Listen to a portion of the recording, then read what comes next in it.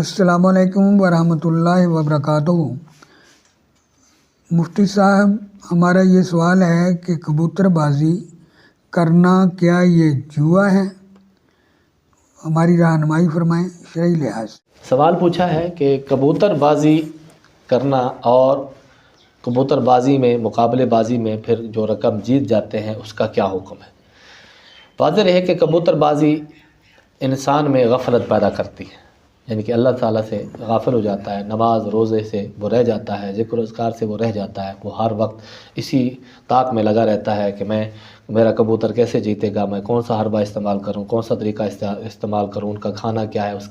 اس کی کیسے تربیت کروں وغیرہ وغیرہ، نماز وغیرہ سے احکام خداوندی سے غافل کر دیتی، جس کی وجہ سے شرم کبوتر بازی نہایت ناپسندیدہ عمل ہے۔ حضرت سیدنا ابو ہریرہ رضی اللہ تعالیٰ عنہ سے حدیث پاک مروی ہے، رسول کریم صلی اللہ علیہ وآلہ وسلم نے ایک شخص کو کبوتری کے پیچھے بھاگتے ہوئے دیکھا تو نبی علیہ الصلوۃ والسلام نے ارشاد فرمایا، ایک شیطان ایک شیطانہ کے پیچھے بھاگ رہا ہے، یعنی دونوں ہی شیطان ہیں۔ پیچھے بھاگنے والا تو اس لیے شیطان ہے کیونکہ وہ اللہ کے ذکر سے غافل ہے، اور کبوتری اس لیے شیطانہ اس کو قرار دیا ہے کیونکہ وہ اس شخص کو غافل کر رہی ہے۔ یہ دونوں ہی غافل ہو چکے ہیں، اس لیے کبوتر بازی مقابلے بازی کرنا اور اس پر پھر جو مقابلے بازی پر پھر جو انعام رکھا جاتا ہے یہ خالصتاً جوا بھی ہے، کیونکہ یہ تو یا تو پھر دوسرے کا مال خام خواہ کا لے کے آ جائے گا اور یا اپنا مال اس کا ضائع ہو جائے گا۔ یہ دونوں صورتوں میں اس کی یعنی کہ نہ کبوتر بازی کرنے کی اجازت ہے، نہ کبوتر اڑانے کی اجازت ہے، اور نہ ہی اس پر انعام رکھنے کی، اور انعام جو جیت جائے اس کو حلال ہونے کا حکم ہے، بلکہ وہ ناجائز اور حرام ہے۔ اور کبوتر بازی کبوتر اس لیے پالتا ہے تاکہ اس کی انڈوں اور اس کے بچے اس کے کبوتر صرف بیچے، اس کے دانہ پانی پورا انتظام رکھے۔ جیسے لوگ گھروں میں پرندے پال لیتے ہیں، چڑیا وغیرہ اعلیٰ قسم کی پال لیتے ہیں، یا پرندے وغیرہ اعلیٰ قسم کی اس کی پرورش کرتے ہیں، اس کے کھانا پینا دانہ وغیرہ سارا اہتمام کرتے ہیں۔ ان کا مقصود کسی سے مقابلہ کرنا نہیں ہوتا، کسی کو کبوتر کو خام خواہ پکڑنا نہیں ہوتا، جیسے کہ کبوتر باز اکثر جو کرتے ہیں وہ جب اڑاتے ہیں تو پھر کسی نہ کسی کبوتر کا کسی کا کبوتر اس کے پاس آ جاتا تو وہ پکڑ کے اس کو بند کر دیتے ہیں۔ اسی طرح وہ دوسرے کا چکر لگے تو وہ اس کا موقع لگے تو وہ اس کے کبوتر کو پکڑ لے گا، یعنی کہ دونوں کبوتر مکس کر کے اڑاتے ہیں، پھر وہ آپس اپنے جو ڈبے بنے ہوتے ہیں وہاں پر اتارتے ہیں، تو جو جس کا کبوتر دوسرے کا آ گیا تو وہ پکڑ لیتے ہیں، تو یہ جائز نہیں۔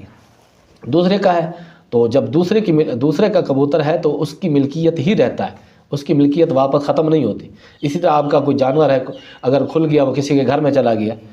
آپ کا جو ہے وہ بیل ہے، بھیڑ ہے، بکری ہے، یا کوئی بھی جانور ہے XYZ، تو وہ کسی کے گھر میں چلا گیا تو کیا وہ مالک بن جائے گا؟ نہیں، وہ ایسے بھی مالک نہیں بن سکتا۔ اسی طرح کبوتر وغیرہ اگر بھول کر کسی کبوتر کے ساتھ آپ کے پاس یا آپ کے کبوتروں کے پاس آ گیا ہے تو وہ بھی آپ کا ملکیت نہیں ہو گیا، بلکہ وہ ان لوگوں کی ملکیت ہے جو اس کے مالک ہیں۔ اس لیے اس طرح کبوتر پکڑنا یہ کبوتر بازی اس کو کہتے ہیں، اور کبوتر بازی پر پھر مقابلہ رکھنا، اتنی دیر تک ہمارے کبوتر اڑ سکتے ہیں، 1 گھنٹہ 2 گھنٹے 10 گھنٹے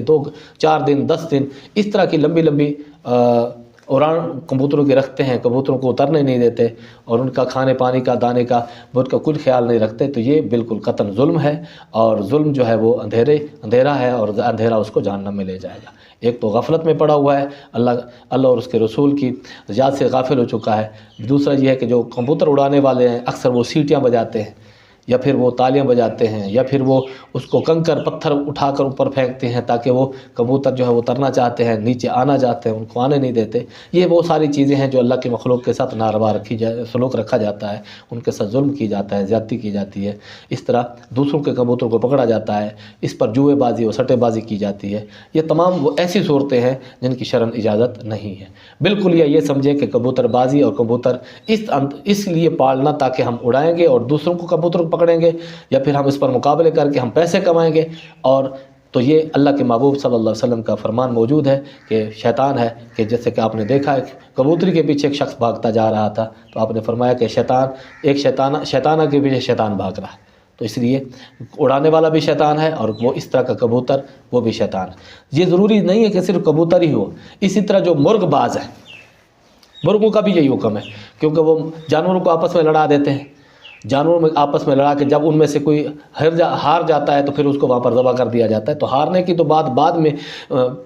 جو پہلے ہارنے کی بات ہے کہ ذبح کی بات تو بعد میں آئے گی، پہلے تو اس کے ساتھ جو ظلم ہوا ہے، جو ان کو آپس میں لڑا دیا ہے خام خواہ کا، اور ایک جانور زخمی ہو گیا ہے، پرندہ زخمی ہو گیا، مرغ زخمی ہو گیا، تو اس کی اجازت بھی نہیں ہے۔ یہ اس کو مرغ بازی کہتے ہیں، کبوتر بازی، مرغ بازی، بٹیر بازی، تتر بازی، اور پھر اونٹ بازی، اونٹوں کو آپس میں لڑا دیتے ہیں، دنگل بنا دیتے ہیں اونٹوں کا دنگل، اسی طرح جو ہے وہ بیل بازی، یہ ساری وہ چیزیں ہیں جو شریعت مطہرہ کے اندر ناجائز ہیں، ان کی قطعی طور پر اجازت نہیں ہے۔ اس طرح کے اگر یوں کہا جائے کہ جیسے نبی علیہ الصلوۃ والسلام نے شاید فرمایا کہ کبوتر کے پیچھے بھاگنے والا شیطان ہے، ایک شیطانہ کے پیچھے شیطان بھاگ رہا ہے، تو یوں ہی ہر جانور جو پالنے والے صرف ان کا کام لڑانا ہوتا ہے، ان کے پیسے جوا لگا کر پیسے کمانا مقصود ہوتا ہے، تو ان کے لیے بھی یہی حکم ہو کہ یہ دونوں شیطان ہیں۔ اللہ رب العزت ہمیں عمل کی توفیق عطا فرمائے، اس طرح کی بری خصلتوں اور بری عادوں سے ہمیں محفوظ فرمائے۔ حضور، بعض لوگوں سے سنا ہے کہ جس گھر میں کبوتر پالے جاتے ہیں وہاں ویرانی آ جاتی ہے، کیا درست ہے یہ؟ نہیں، کبوتر پالنا شرعاً جائز ہے، اور بلکہ بعض اوقات جہاں پر فضیلت بھی ہے کہ شیاطین کا حملہ نہیں ہوتا، اور پالنا جائز ہے، جبکہ اس کا دانہ پانی کھانا اس کا مکمل رکھے، مکمل دیکھ بھال کرے، یعنی اپنے کھانے پینے کی ضروریات سے زیادہ ضروریات ان کی پوری کرے، اور صرف مقابلے بازی اور اس پر جو ہے وہ کبوتر بازی یا پھر اس پر جوا وغیرہ انعام وغیرہ لگا کر اڑانے، اس کی اجازت نہیں ہے۔ باقی پالنے کی شرعاً اجازت ہے، پال سکتے ہیں۔